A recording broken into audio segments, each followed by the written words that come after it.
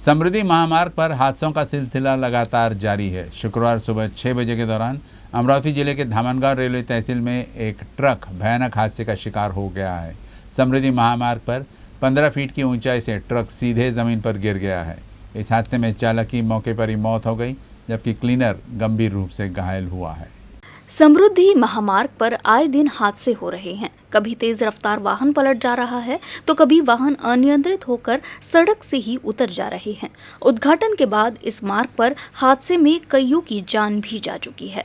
इसके बाद भी इस महामार्ग पर तेज रफ्तार लोगों की जान का दुश्मन बन गई है। शुक्रवार की सुबह ही अमरावती जिले के धामनगांव रेलवे तहसील के शेंदुरजना खुर्द के पास एक ट्रक समृद्धि महामार्ग से 15 फुट नीचे गिर गया। तार से भरा ये ट्रक नागपुर से मुंबई की ओर जा रहा था, तभी यह हादसा हुआ। पुल से नीचे गिरे ट्रक के साथ दबने से चालक की घटनास्थल पर ही मौत हो गई। मृत चालक का नाम आशीष तिवारी है। बताया जा रहा है कि ट्रक पर से नियंत्रण छूटने से यह हादसा हुआ। इस भीषण हादसे में क्लीनर संतोष केवट भी गंभीर रूप से जख्मी हुआ है। हादसे की जानकारी मिलते ही धामनगांव रेलवे पुलिस घटनास्थल पर पहुंची और जख्मी को अस्पताल में पहुंचाया। अमरावती शहर से महज कुछ दूरी पर नांदगांव पेट में महामार्ग पर टोल नाका के खिलाफ स्थानीय वाहन चालकों ने आंदोलन शुरू कर दिया है। इस टोल नाका की वजह से आसपास के लोगों को मात्र कुछ किलोमीटर के लिए सैकड़ों रुपए खर्च करने पड़ रहे हैं। अमरावती शहर की सीमा से सटे नंदगांव पेठ में पिछले 10 वर्षों से महामार्ग पर आईआरबी टोल नाके पर टोल वसूली की जा रही है, लेकिन इस टोल नाके पर स्थानीय नागरिकों को टोल वसूली से सहूलियत देते हुए अब तक स्थानीय नागरिकों को टोल कार्यालय द्वारा मुफ्त पास दिया जाता था, लेकिन उन सभी पासों को अचानक बंद कर दिया गया, जिससे स्थानीय वाहन चालकों को 7 किलोमीटर के लिए 900 रुपये का टोल चुकाना पड़ रहा है। इसलिए टोल नाके के पास ही आसपास के गाँव के वाहन मालिकों ने आईआरबी टोल नाके का विरोध करते हुए आंदोलन किया। हमारा नारा है टोल फ्री होना है, हमारा नारा है टोल फ्री होना है, हमारा नारा है टोल फ्री होना है।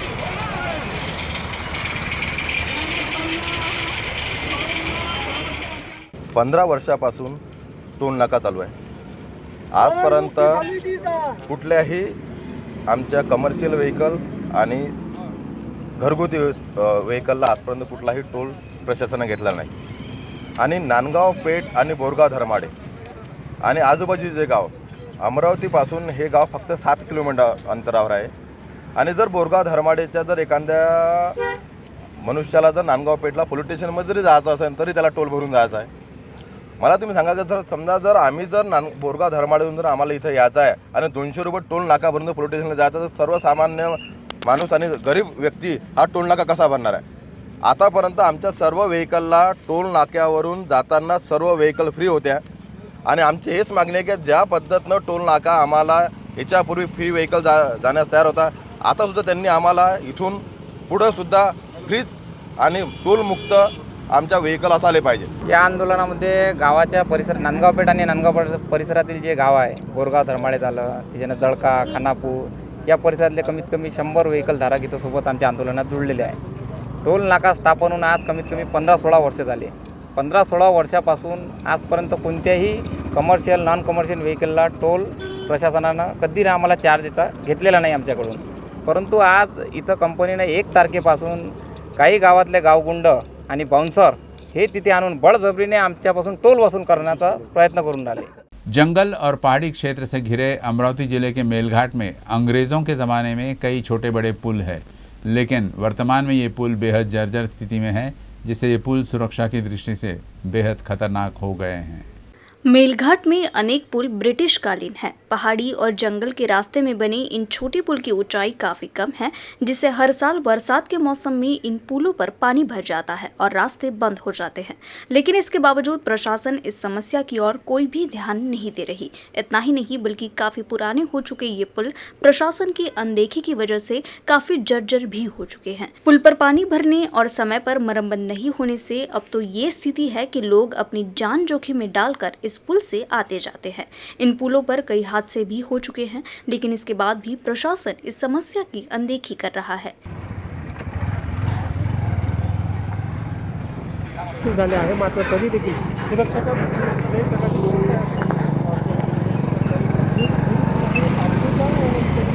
अमरावती जिले के चांदूर बाजार तहसील में भाजपा द्वारा विश्व महिला दिवस के उपलक्ष्य में कार्यक्रम का आयोजन किया गया। इस कार्यक्रम में उत्कृष्ट कार्य करने वाली आंगनवाड़ी सेविका और सहायिका का सत्कार किया गया।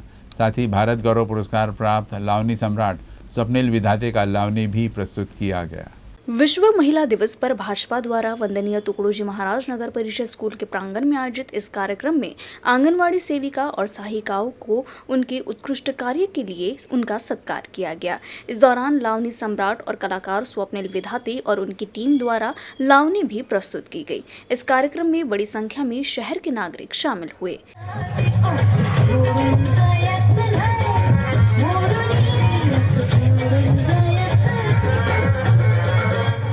पिछले 35 सालों से अमरावती में सरकारी मेडिकल कॉलेज की मांग की जा रही थी, जो कि अब जाकर साकार होता हुआ दिख रहा है।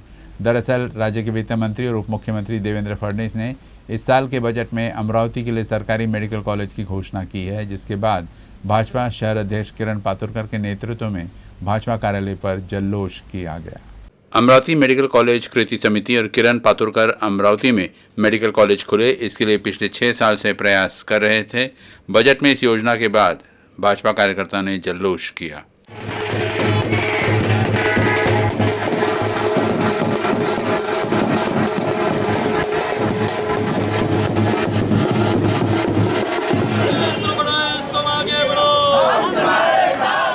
लहान बालकांचा मृत्यू PDMCत झाला, त्यावर ज्या रिॲक्शन होत्या सोशल मीडियावर की अमरावतीमध्ये शासकीय मेडिकल कॉलेज पाहिजे आणि 35 वर्ष जुनं हे स्वप्न आहे। 35 वर्षापूर्वी आंदोलन झालं होतं अमरावतीला, मोठं आंदोलन होतं, परंतु इथे शासकीय मेडिकल कॉलेज झालं नव्हतं। म्हणून मी ऑनलाईनच एक बैठक बोलावली होती आणि त्याच्यात 100 लोक आले होते। तिथून या लढ्याची सुरुवात झाली। आम्ही प्रत्येक चौकाचौकात ठिकठिकाणी स्टॉल लावून 1,00,000-1,25,000 सह्या गोळा करून तत्कालीन मुख्यमंत्री देवेंद्र फडणवीस साहेबांना दिल्या। अमरावतीमधील जितक्या स्थानिक स्वराज्य संस्था आहेत त्यांचे सगळ्याचे एकमताने प्रस्ताव पारित करून दिले। 500च्या जवळ विविध संघटना आहेत त्या संघटनांचे प्रस्ताव पारित करून दिले। त्यानंतर सातत्याने आंदोलन, मोर्चे, घेराव, उपोषणाचा कार्यक्रम चालू राहिला। एक कृती समितीची, सर्वपक्षीय कृती समितीची स्थापना माझ्या नेतृत्वात झाली होती। 6 वर्ष या कृती समितीच्या मार्फत आणि भाजपच्या मार्फत आंदोलनं झालेत।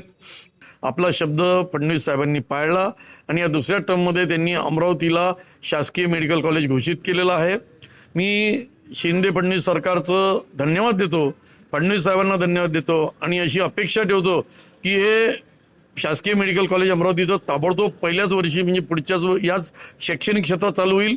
दिशा समिति की बैठक में किसान को बोलने नहीं दिया गया। पानधन रास्ते के संबंध में जब उसने बोलना शुरू किया तो जिलाधिकारी के आदेश पर उससे माइक ले लिया गया। पानधन रास्ते को लेकर चल रहे काम पर सांसद अनिल बोंडे ने भी नाराजगी जताई है। सांसद नवनीत राणा की अध्यक्षता में नियोजन भवन में दिशा समिति की बैठक का आयोजन किया गया था। बैठक के दौरान भातकुली तहसील के एक गाँव के किसान गोवर्धन राउत ने प्रलंबित फंदन सड़क की मांग उठाई। हालांकि किसान का कहना है कि बैठक में उसे बोलने नहीं दिया गया। माझं गाव गणुरी आहे। मी कलेक्टर मॅडमला पानधन रस्त्याच्या बाबतीत कमीत कमी 10 निवेदन दिले। ते गणुरीला एक पानधन रस्ता आहे 16 लाखाचा आणि एक आहे 18 लाखाचा।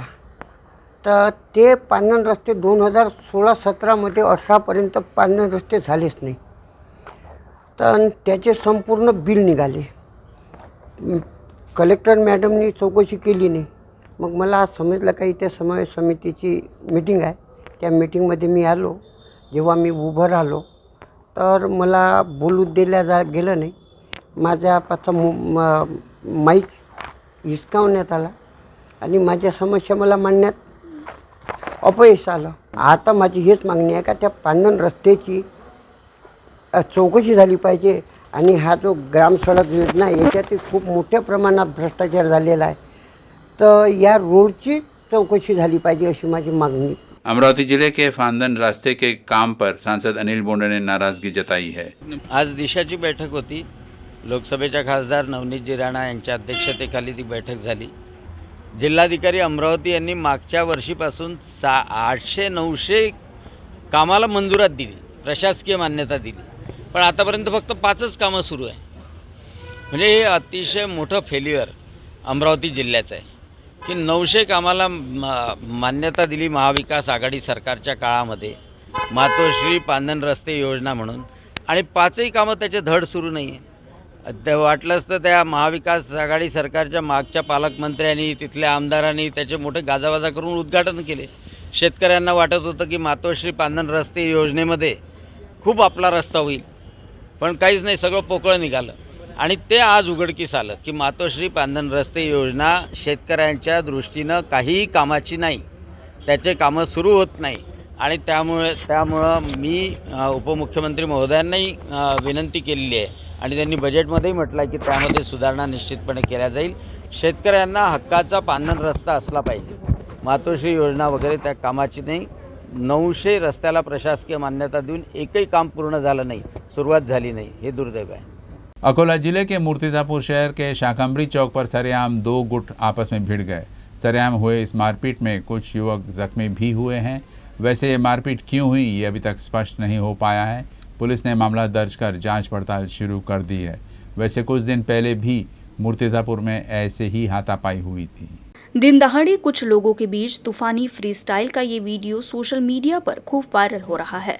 वैसे मूर्तिजापुर में इस तरह से मारपीट का ये कोई नया मामला नहीं है, बल्कि 10-12 दिन पहले यहाँ 2 गुटों में इसी तरह का संघर्ष हुआ था. सरेआम इस तरह से मारपीट का ये वीडियो वायरल होने से लोग भी दहशत में आ गए हैं. मारपीट के दौरान ही कुछ युवक एक दूसरे पर पथराव भी करने लगे, जिससे कई युवक घायल हो गए. हालांकि बाद में कुछ लोगों के हस्तक्षेप से इस विवाद को शांत कराया गया. इस घटना की जानकारी मिलते ही पुलिस वहां पहुंची और घायलों को अस्पताल में भर्ती कराया. साथ ही इस मामले में दोनों गुटों के खिलाफ मामला दर्ज कर जांच पड़ताल शुरू कर दी है.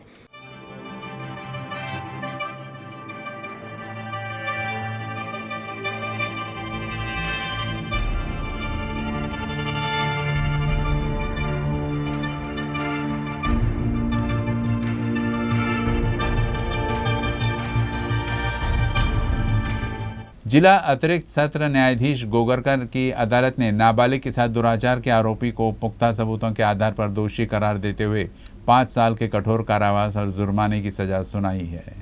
पीड़ित नाबालिग रात के समय आंगन में खेल रही थी. तभी पड़ोस में रहने वाली एक महिला ने पीड़िता के परिजनों को जानकारी दी कि एक युवक बच्ची को हाथ पकड़ कर ले गया है. घर लौटने पर जब बच्ची से पूछताछ की गई तो नाबालिग ने पूरी वारदात बयां की. शिकायत के आधार पर पुराना शहर थाना पुलिस ने जांच कर आरोपी के खिलाफ मामला दर्ज कर उसे गिरफ्तार कर लिया. कोर्ट ने आरोपी शुभम रमा चांदने को 5 साल कठोर कारावास की सजा सुनाई है.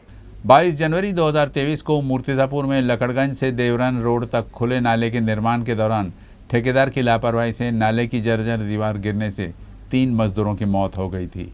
इस हादसे में मृत मजदूरों के परिजनों को न्याय दिलाने के लिए वंचित बहुजन आघाड़ी ने श्रृंखलाबद्ध अनशन शुरू कर दिया है.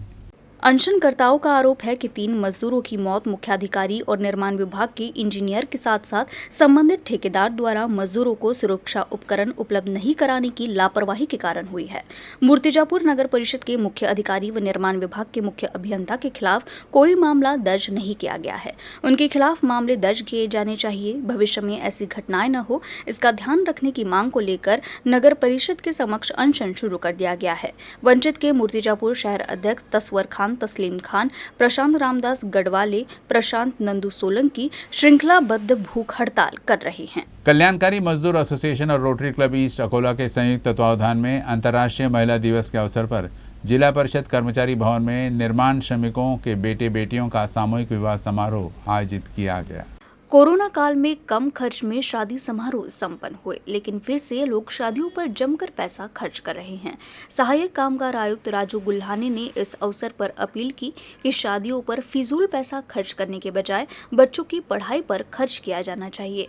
विवाह समारोह का उद्घाटन जिलाधिकारी द्वारा किया गया. कार्यक्रम की अध्यक्षता जिला परिषद अध्यक्षा संगीता अढ़ाव ने की. साथ ही मुख्य मार्गदर्शक सहायक कामगार आयुक्त डॉक्टर राजू गुल्हाने, पूर्व जिला परिषद अध्यक्ष एवं जिला परिषद सदस्य पुष्पा इंगले, ओबीसी नेता प्रोफेसर डॉक्टर संतोष हुसे मुख्य रूप से उपस्थित थे. कार्यक्रम में श्रमिक महिलाओं, विकलांग श्रमिक महिलाओं को सम्मानित किया गया. उज्ज्वला खाटूल की ओर से सभी महिलाओं को साड़ियां वितरित की गई. न्यूज रूम से बस इतना ही, लेकिन खबरों का सिलसिला आगे भी जारी रहेगा. आप देखते रहिएगा यूसीएन अमरावती न्यूज.